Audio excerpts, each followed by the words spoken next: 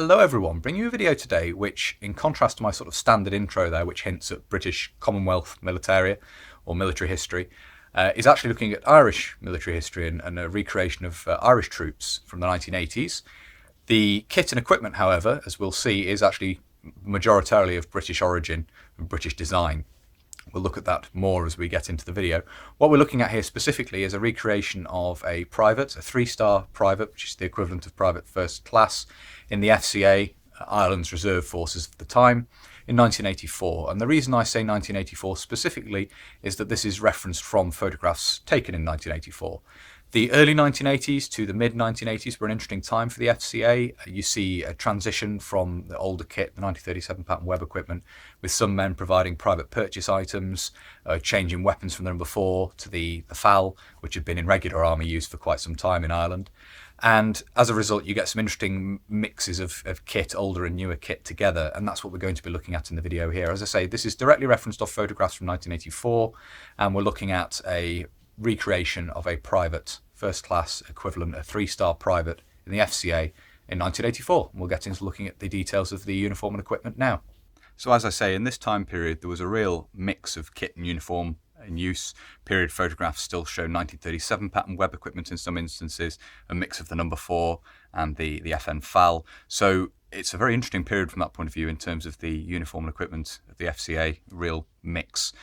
My understanding is that some of the more modern web equipment used was often private purchase, and I've seen a US M1956 in some instances, which would perhaps have made this even more of an interesting mix of kit. But nevertheless, looking at the recreation here, we can see that the weapon carried is still the rifle number 4 in 303 British, of course, bolt action rifle, still on issue to the FCA at this time.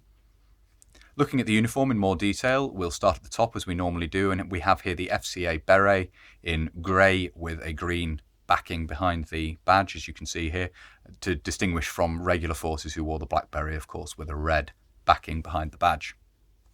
The uniform itself consists of the originally British 1960 pattern, which had been introduced into the Irish Defence Forces in the 1970s. Essentially, it's the standard second pattern smock and the trousers from that combat suit, worn with a fawn shirt, which was also worn with the barracks dress uniform and dress uniform at this time. Insignia is worn on a brassard on the left arm, and we can see here the badge of the Eastern Brigade. And below this we can see the 3 stars of a 3-star private, this being the equivalent of private first class in many other armies. The brassard itself includes a Velcro pocket. There are no arm pockets on the smock itself, of course, so this is made up for by having this pocket on the brassard, and this is one example of the pattern of brassards which were used at the time. Moving down, we can look at the web equipment here, and this is of British 1958 pattern. As I say, my understanding at this time, the FCA was still being issued 1937 pattern, but many men provided themselves with private purchase items.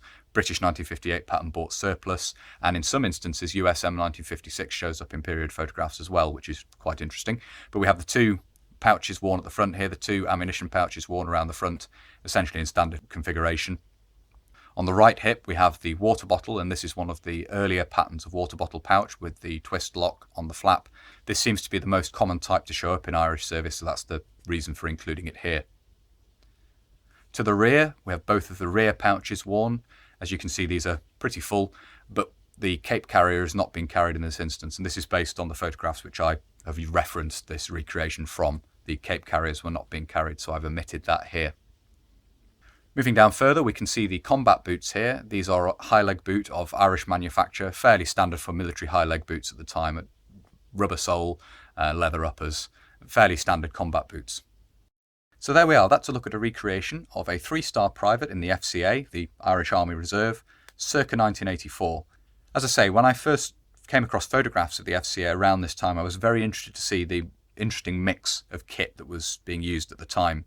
In this instance, the 1958 pattern web equipment. In some instances, photographs show the USM 1956 equipment. So it's a real mix, and from that point of view I find it very interesting. As I've said in previous videos, I'm always interested to see when other nations' militaries sort of amalgamate and take bits of other countries' equipment and uniform and so forth and make an interesting amalgamation, and I think that certainly is the case here.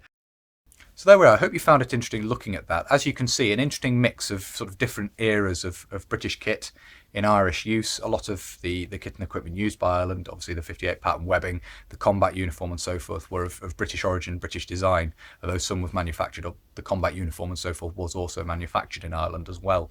So it's a real mix match, and you end up with these interesting combinations. And I thought it would be interesting to look at this in a video with obviously the older rifle, the number 4, the newer web equipment, and the older pattern of combat uniform, which was still the primary uniform of the FCA at this time. So I hope you found it interesting looking at this. As I always say, if you have and you'd like to see more from the channel, then please do consider subscribing if you haven't already. And whether you're newly subscribing or you've previously subscribed, please do make sure you hit the little bell, the little notification button down below. That will of course ensure that you are alerted when I upload future videos. If you really like my uploads and you'd like to support the channel, you can. There's both a Patreon and a PayPal link down below. And a massive thank you as ever to everybody who supports the channel using those 2 methods. Thank you very much, guys. As ever, it's really appreciated. If you'd like to follow the channel on social media, where you can see photographs of this, the Facebook, Instagram and Twitter are all linked down below as well.